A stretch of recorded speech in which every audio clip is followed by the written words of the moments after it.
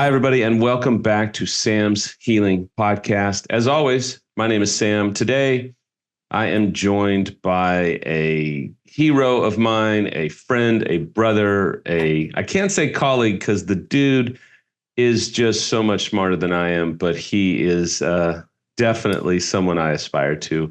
That is Michael Webb. How are you today, brother? I'm doing well, Sam. Thank you very much. And you're always so complimentary. I'm the eye candy in everything that I do. No offense, obviously. You're good eye candy too. Totally agree with that. So for those that are just getting acquainted with the podcast since you filmed or what have you, why don't you kind of tell everybody who you are, what you do, your specialty, what you love to do. I mean, you're brilliant. You've been on some of my different platforms before, but just as a reminder, tell everybody how awesome you are. Well, here I go. I'm a psychotherapist, trauma therapist, primarily working with developmental trauma, and been doing that about 14 years. I've been in practice about 25 prior to that. I did substance abuse treatment and training counselors. I enjoy working with people who have developmental trauma because it allows people to recognize the beliefs that they've built around themselves due to the trauma. If they can change those beliefs, and when they change those beliefs, it's like taking off fuzzy glasses like I just did. And so I enjoy helping people in that respect, just to build a new sense of who they are, more accurate sense. Absolutely. You love to help people. That's why I refer people to you all the time, because I trust you. You understand what it's like to go through monumental trauma, and we don't have the time today. One day we'll actually do a podcast where you can talk about the trauma that you've lived through and survived. But today we're talking about something that is a little bit counterintuitive when it comes to infidelity and betrayal, but it is essential for both the unfaithful and the betrayed. When we say that it's essential for the unfaithful, some viewers and listeners might kind of go, you're going to have to convince me of this, right, Sam and Michael, and we will. But today we're talking about something that I feel like, and I've talked to you off camera about this, that it's a shortage in the world of infidelity and betrayal and personal recovery and marital recovery. And I have learned so much from you that I couldn't wait for you to come in and share with just the audience information about self-compassion. Because quite honestly, without self-compassion, our healing will be delayed. Our marriage's healing or relationships healing will be delayed. Our partner's healing will be delayed. And our partner's own healing will be delayed if they don't experience self-compassion, whether unfaithful or betrayed. Before we launch into it, you've given me some points. I'm going to read one or two of them and just get after it. But maybe throw out some general thoughts about self-compassion from your 20 plus years of experience helping people, and from what you've learned, because you've had to work your literal butt off in coming to a point of self-compassion. So, well, when you consider the idea that in America, we are tough, rugged individualists, that if it is to be, it's up to me. So if we have a setback, if we have a failure, if we do something that's outside of our values and we're feeling shame and we're feeling guilt, or something has happened to us, that like betrayal or other traumas or just perceived failures, if you're talking to a friend, they would be like, "Oh, I'm so sorry that this happened to you. That's terrible." But inside of our head, we're thinking, well, if you weren't such a stupid loser, if you were a little bit more intelligent, maybe a little more attractive, if you hadn't screwed that up and that, then maybe these things wouldn't happen to you. That we actually pile on just self-recrimination, even you might even call it self-abuse, when we are in the most need of compassion, of somebody to care about us, to validate that this is hard, this hurts. Do you think it's possible for the unfaithful spouse or partner to be self-compassionate, but still own their behavior, their choices, and how much they've devastated their partner. Absolutely. In fact, the thing is that self-compassion is not taking you off the hook for what you did or minimizing the experience that you're going through. Okay, this is why we've brought you in. Please say that again, because that's vital for the unfaithful as well as for the betrayed. Self-compassion is not taking yourself off the hook or trying to minimize what you've experienced or what you've gone through. In fact, it's kind of the opposite. It's very much based in reality that I did something. If I'm the unfaithful, I did something that I cannot believe I did to somebody I love so much. I am a piece of crap because of this. And sadly but true, if I believe that I'm a shameful piece of crap, chances are more likely that I'm going to act like one. But those emotions are actually going to lead to more behavior that is going to be more destructive to me and to my partner. Because shamed people or people who feel shame, sit in shame, live in shame, continue to do shameful things, right? Yes, they do. Shame is, I think, the core of addiction as well, where the feeling of shame, not that this is a podcast on shame today, but is very isolating. If I've hurt somebody that I loved, I've damaged a significant relationship, I've done something outside of my values, the visceral experience of that is a separation from support, a separation from love, a separation from humanity. And it can be very isolating. We feel very alone. And it's incredibly painful to feel alone and to feel isolated. And so we're more likely to try to do something under those conditions to alleviate our own suffering. And usually all the short, expedient ways to alleviate my suffering are going to be addiction, drinking, drugs, sexual acting out. It's how we probably got ourselves in this position in the first place, right? Trying to avoid feelings of unworthiness, low self-esteem, self-hatred, etc. Exactly. And let the viewing audience understand, and I'm always going to say this till the day that I die, we are not making any excuses for the unfaithful. We're not letting the unfaithful off the hook. Mm-hmm. We are not saying, oh, betrayed, stop being so hard on them. Absolutely not. But everything that Michael has just said is so true from my own experience. I had an affair almost 20 years ago because I did have so much low self-esteem, even self-hatred. I did have such a need to escape feelings of inadequacy, and I was an applause addict, and I can go on and on. But would you agree with this? I say this all the time. Side note, I know that you'll agree with this, but put your psychodynamic spin on it, is that I tell betrayeds all the time, as much as you want your unfaithful to hate themselves, it's understandable, it's a legitimate need. The problem is if they hate themselves, it actually increases the probability of relapse. It delays their healing. It actually keeps them stuck. Am I right? Yes. Well, and I guess the dynamic of that is that the feeling of being punished, the feeling that I hate myself for what I did becomes I'm a bad person. It becomes I'm not worthy. And again, we will start going down a pathway where there's no energy, no motivation, no sense of connection, because I don't even want to be connected to me. Why would anybody else? And I'm a parts therapist, that I don't believe our mind is one whole thing, that in fact, there's different parts that have different jobs and do different things. And some of them, part of their job is to hold trauma. And some of them are at different ages. If the trauma or the bad experience occurred when I was 10 or 7, there's a part of me that's about 7, about 10. Well, if one person is speaking from a very adult or even parental stance, it's going to energize the younger part. And so now I'm being talked down to by a parent, not a spouse. And the dynamic of that becomes real painful because then I lose the sense that my behavior on the positive side is going to make a difference. And I'm subconsciously, because we're talking about the subconscious, Mhm. I'm recreating a dynamic that I may have had with a parent or a caregiver, right?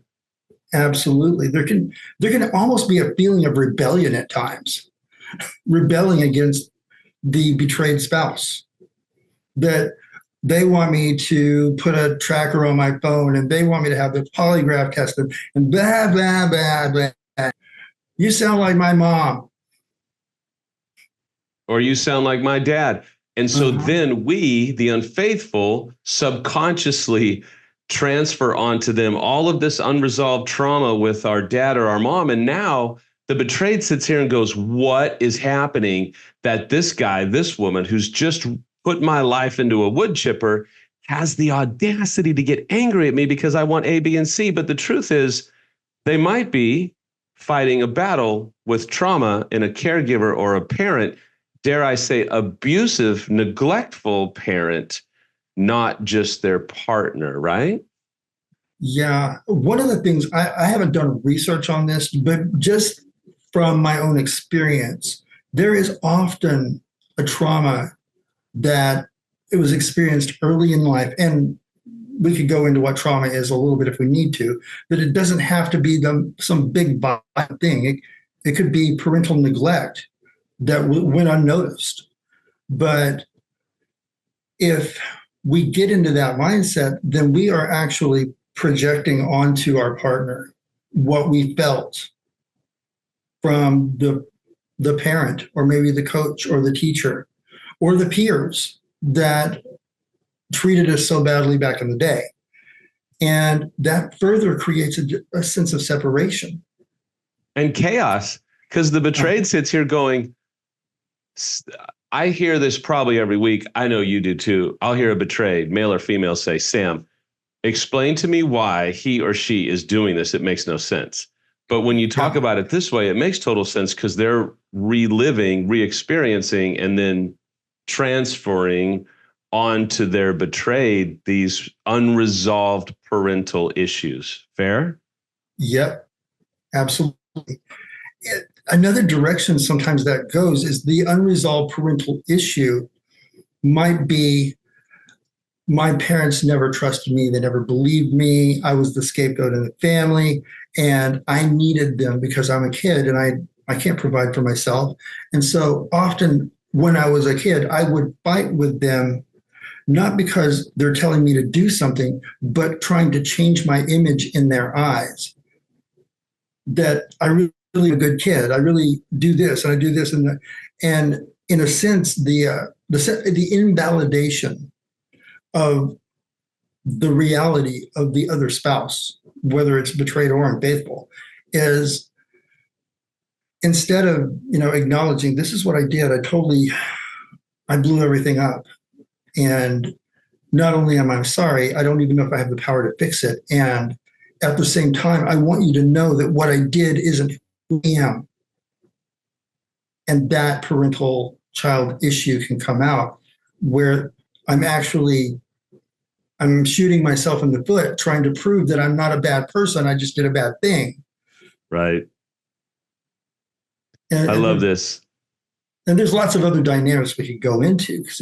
Absolutely. It can come from the other direction as well, where a betrayed spouse can actually begin to feel shame about what their partner did. I wasn't enough. I did something wrong. And then immediately there's another response from another part. I didn't do anything wrong. He's a bad guy. She's a bad person.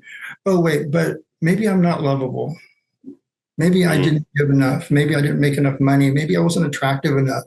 And then all of a sudden we can get into this investigation mode to find out, how was I not enough? Yeah. And when the partner says, no, you didn't do anything. It wasn't about you. It was about me. Oh, what? I don't matter? Right. And then you have these younger ego states getting into a conflict. And it's kind of like there's an adult relationship here where bad things have happened and need repair. And then there's a childlike relationship. And these two kids, although they may be very bonded, do not get along. Well, and this is the inner child. And I have had guests like yourself. You've talked about it. Eddie Caparucci has come in and talked about the inner child. And self-compassion requires a form of this work. But I want to read one of the points because I want to jump into the meat of the conversation. I have this in the notes. As soon as I read it, I was like, yeah, this is Michael Webb's brilliance, because you helped me with this type of stuff years and years ago that changed my life. Point number one, self-compassion means recognizing our suffering in the past isn't weakness. Our survival is a demonstration of our strength. Break that down for us with self-compassion. Dang, that was good. Whoever wrote that knew what he was talking about. No, right. So when there's a trauma in the past, we'll say in childhood, I'm going to do a lot of developmental trauma, there is the development of another part of the person. There's one part holding on to the trauma, holding on to the pain, and holding on to a belief that may be very destructive to that person. And then there's the other part of that kid that still has to wake up and go to school the next day and has to continue to live and begins to feel like they're kind of faking it. They know they're not fully there. But over time, the part of us that found the strength or the ability to move forward begins to sometimes have a conflicted relationship with the part that's holding the trauma. Like, well, if you hadn't been so weak, if you hadn't been so stupid, if you hadn't been. And so the compassion that might help that part heal and integrate is actually the opposite of what the stronger part, the chosen part of the personality is doing. And so we're fighting ourselves. We're keeping ourselves stuck. For me, I would shame myself and say, you are so stupid. You have continued to do this. You've continued to do that. And then one day you said to me, have you ever considered the possibility that you're actually pretty strong because you have chosen to accept your consequences? You've chosen humility. You've chosen to repair. You are making the choices, which shows that you actually are strong, but do have the power to radically mess up your life.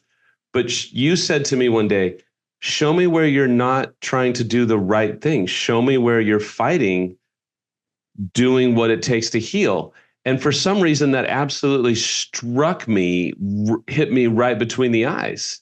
And it produced in me a compassion that didn't say, oh, what I did wasn't that bad. Absolutely not. It didn't say, it's not that big of it. No, it said, oh my gosh, I've made horrendous mistakes, but I'm owning it.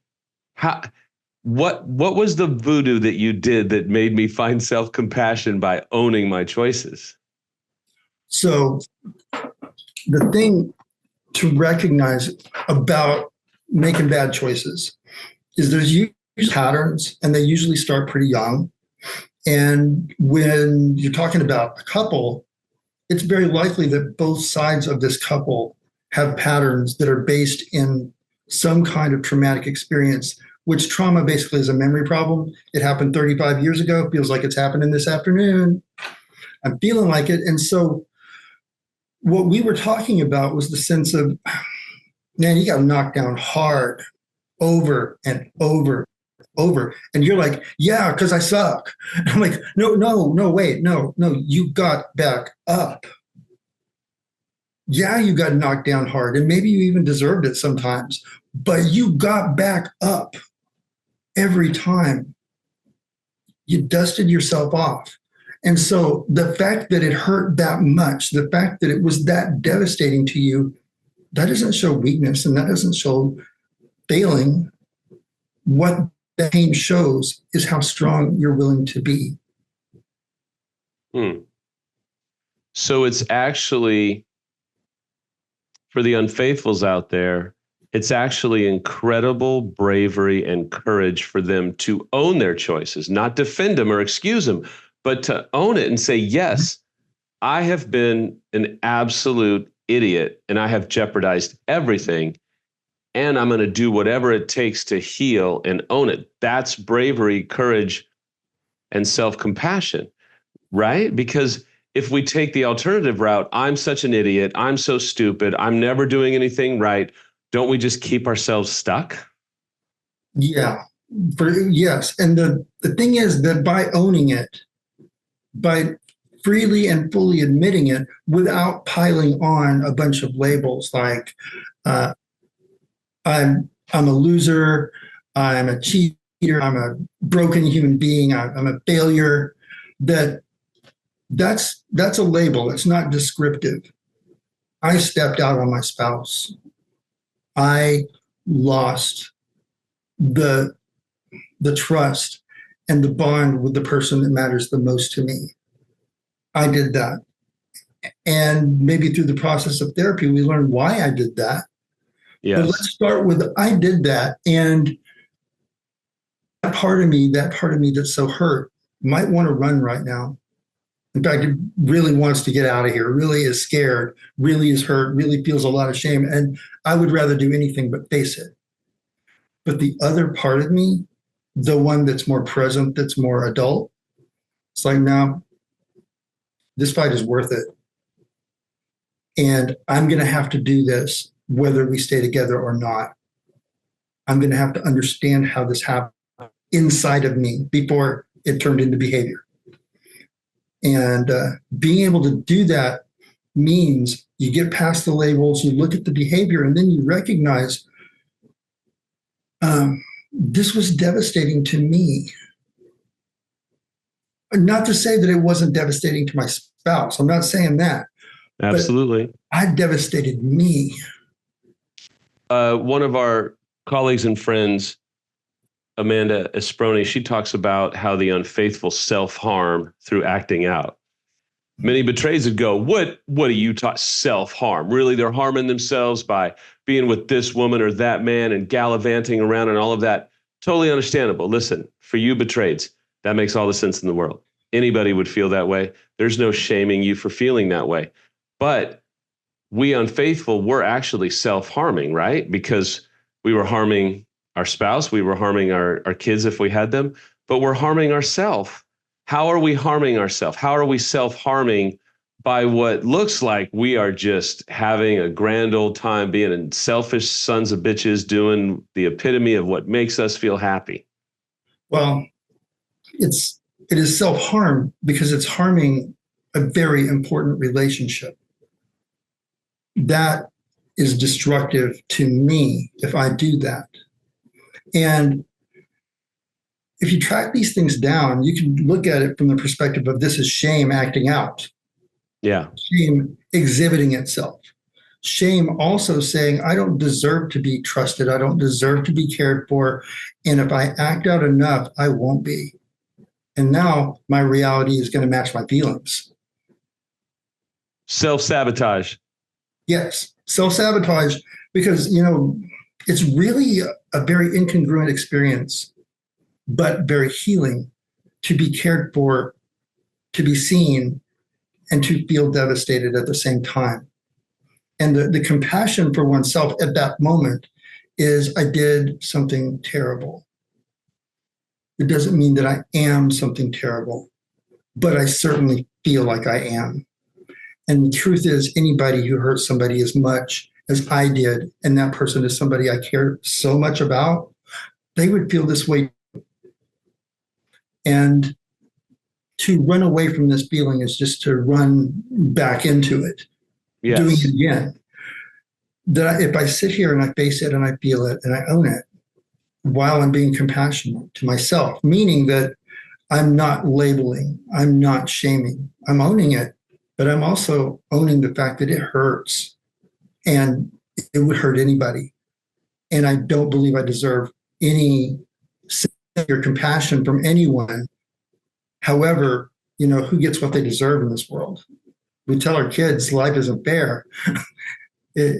we should tell our adults, it doesn't actually get there. Isn't it safe to say, this is dumbing it down, but I think there's a whole lot of truth in here. If we can't be compassionate with ourselves to a certain degree, doesn't that limit our ability to be compassionate with other people? That's what the research shows, sure. That people who are capable of being more compassionate with themselves, they just have more on board for other people. They're not living in a dark world where they're punishing themselves. Even when they're hurting, that if I can be compassionate to me, then I've got more reason and more understanding about how to be compassionate to you. And so absolutely. That's beautiful. Okay, I got to move along because there's so much good stuff in here. Number 3, one of your second points, actually, self-esteem has become associated with being better, more special than other people. Mm-hmm. Self-compassion acknowledges that suffering is a part of everyone's life. No one lives a perfect life. No one can avoid being human in a world built by humans. And so acknowledging that suffering joins us to the rest of humanity. It takes the pressure off to be superior and adds a sense that our pain is common and acceptable because it can lead to strength. Break that down. So what you're talking about there is recognizing that shame and guilt and self-recrimination tend to lead us to feel isolated, to feel like the worst, the most terrible. And the people that are all rah-rah about self-esteem go, oh, you just need to build up your self-esteem. Well, self-esteem is kind of like a competition. Like, how many people have had such an average day? I did such an average job at work today. I'm an average driver. I'm average attractive. It is so good to be just like everybody else and be normal. We don't say these are not compliments, right? Right. Oh, I was so average today. And the thing is that if we're chasing self-esteem, we're bolstering ourselves with fluff. And it's based on what I'm achieving. What am I doing that's spectacular today? What am I doing that makes me rise above? What can I hang my hat on and be proud of, instead of recognizing that, everybody has good days, everybody has bad days. That if I can be compassionate to my own pain, that joins me to the rest of the humanity who's probably suffering in one way or another today, just like me. And if I don't, if I stay in the pain, I'm going to be bitchy. I'm going to pass some of this pain on to somebody else. I'm going to perpetuate the pain and the suffering that I'm experiencing. And if I'm denying my own pain, I'm going to deny the pain to a certain extent of the betrayed, because I don't have the courage, vulnerability, emotional intelligence to admit I am in pain, to admit I have blown up my life. So that prohibits me from being able to do it with my partner to a certain extent, right? Yes, that is dead on. The ability to have empathy for another person begins with connecting with the fact that I've been hurt too sometimes. And it's not like a competition. Well, I got hurt more. It's absolutely if I recognize that I'm in pain over the loss of what we had. I can empathize better with the fact that my partner lost too. And that can go either direction if you're betrayed or unfaithful. Which is why so many betrayeds will say, unfaithful, if you don't do your work, I'm not staying. I can't be here. I can't keep subjecting myself to the harm that is coming from you because you won't do your own work. And then the unfaithful goes, well, what's the work? Ooh, let's all take a deep breath because Sam's getting triggered. What's the work? The work is own your stuff, embrace consequences, and start to do work against shame and self-hatred so that you can be safe for yourself and also for the people around you, right? Work is being able to be vulnerable with another same-sex person to actually confront yourself in a compassionate way, right? Yeah, a lot of the work of Kristen Ness, who's a researcher in self-compassion, she, I think, calls herself a self-compassion evangelist. When I was learning trauma therapy, we didn't use the words self-compassion, but we were taught all through it how to develop compassion for parts of us and be able to communicate that in ways that are meaningful and important. And so it's absolutely imperative that if I'm able to feel that my pain, my suffering actually connects me to humanity rather than separates me, I'll be much more able to see yours and have compassion for it. And I don't know if I answered your question at all. No, you definitely spoke to it, but you've got another point in here on how to develop self-compassion. You say what to do is to notice the tone of how we talk to ourselves. Are we treating ourselves as we would treat someone else, seeing our pain as common, which you just referred to, and that it actually joins us? Shame separates us and lowers our sense of humanity. Self-compassion helps us know we are equal to others in living a common experience. Mindfulness, meaning being willing to see what is actually hurting us. Is it a conflict between these parts or ego states? Is that what is happening now? Talk a little bit more about that as we're starting to wind down. I love the fact that it says shame separates us, because it does. When we as unfaithful are in shame, the betrayed feels like, dude, you're so far from me. I can't feel you or experience you. And it makes me think you're not even serious about saving the relationship, right? People, and this should, when you're, how to approach what you're trying to think about, how do I approach this? So the ability to soothe yourself begins with connecting with what is hurting me. If I don't know what is hurting me, how am I going to know what to do about it? And so there's some courage and bravery that comes into recognizing, and this is something, a common theme I've seen, that betrayed spouses will often, when they're betrayed, it will hit a core wound of, I don't know if I'm the kind of person that people are loyal to or faithful to. Maybe I'm not lovable enough. And it's not something we're saying to ourselves. It's a belief that comes from childhood experiences. And so recognizing some of my pain right now is coming because I got betrayed, I got hurt.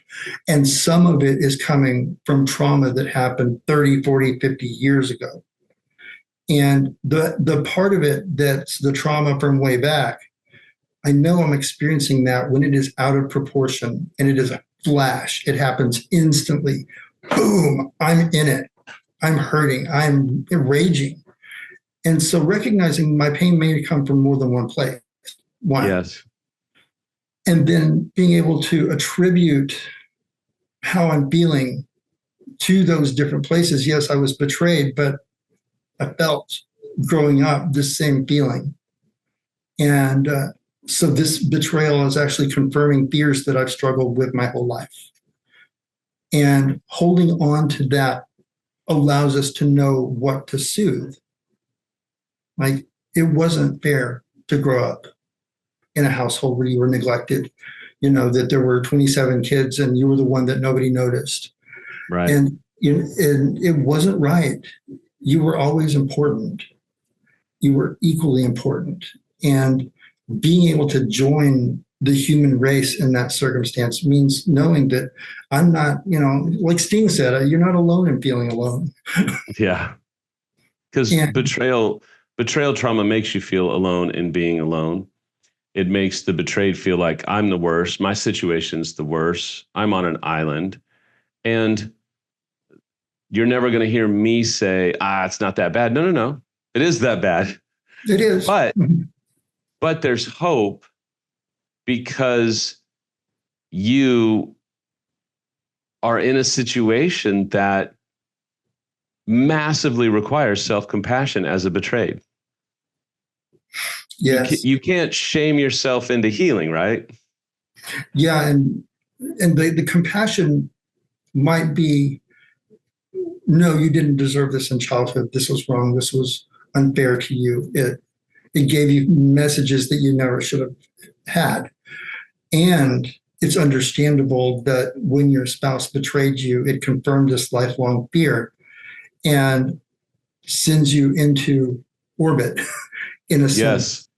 And losing connection with your spouse, losing connection even with some of yourself in that moment where I don't feel human. I don't feel like anybody could want me. I don't feel connected to anybody. Every relationship now seems to have holes in it. And that separation, even if your partner's trying, even if they're doing all of the work, if you don't have the compassion for yourself, it's kind of like you're preparing a place in you for compassion to have a home. Yeah. So if your partner is being compassionate, if they're taking the action needed, owning what they did, and doing the work, if the trauma keeps getting triggered, I'm not going to feel that they're doing any work. I'm not going to feel a connection with them. And the more isolated, the more self-punishing I am, the harder it's going to be for the partner who was unfaithful to get to a place where they can help me feel better, because I'm being just as mean to me as they were. I love that. And you just rattled off several cheat codes for the unfaithful. Unfaithful.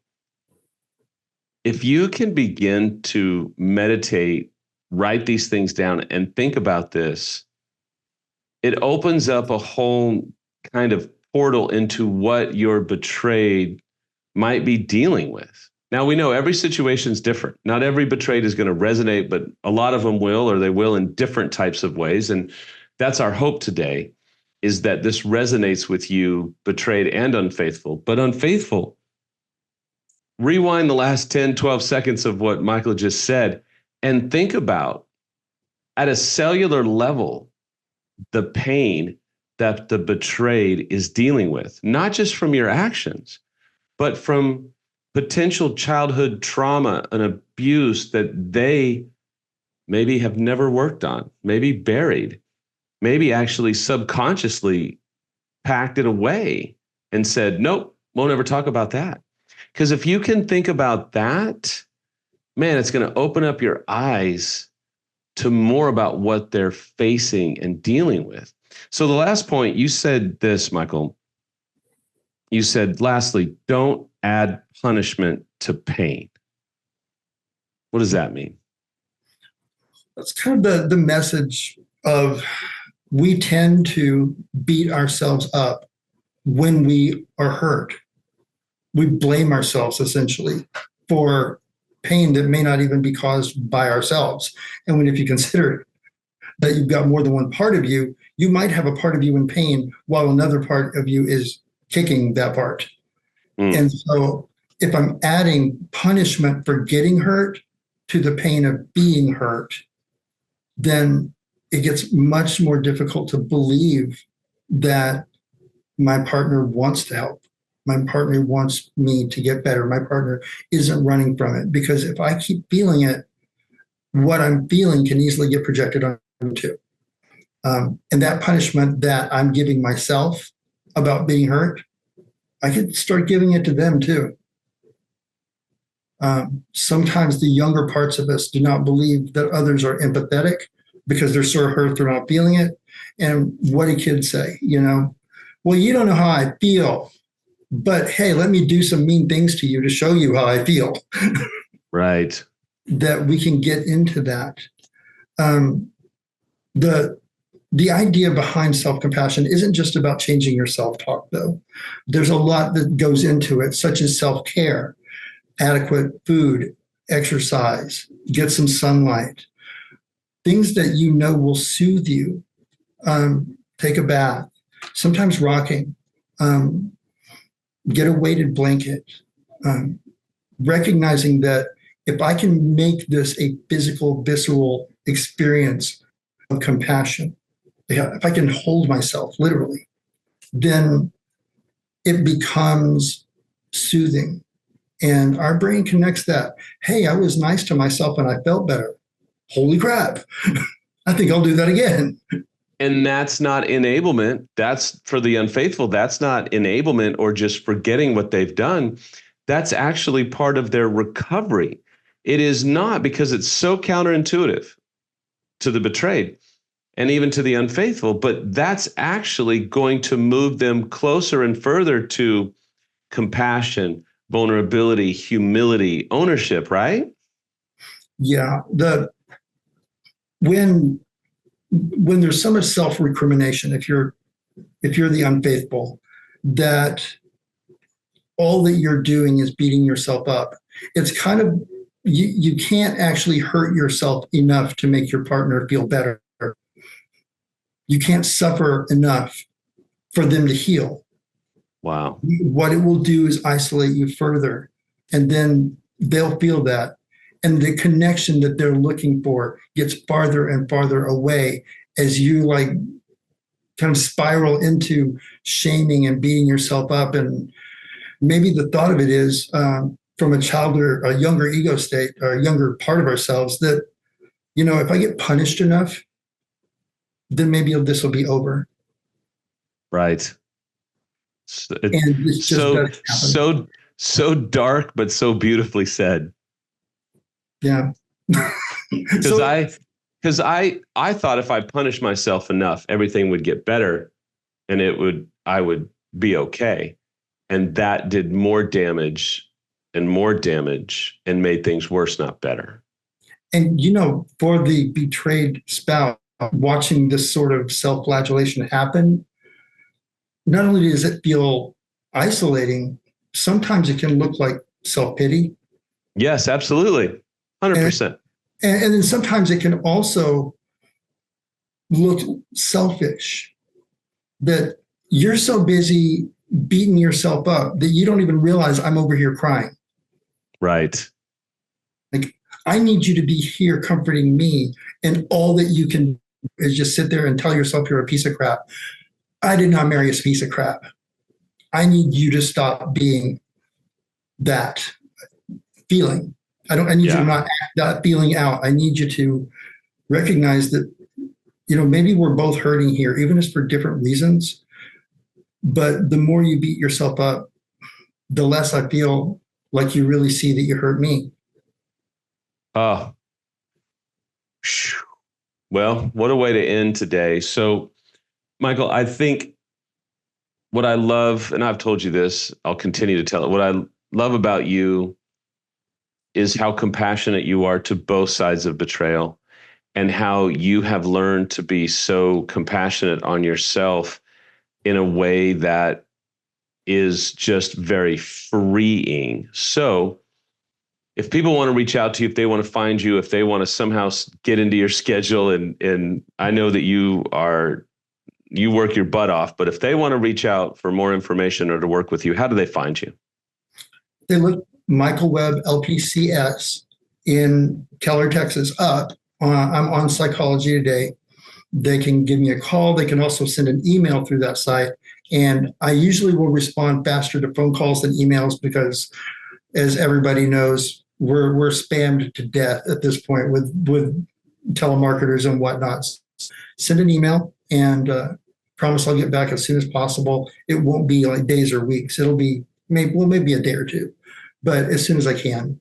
And even if I am too busy or I can't help, I'm going to help you find someone. Wonderful.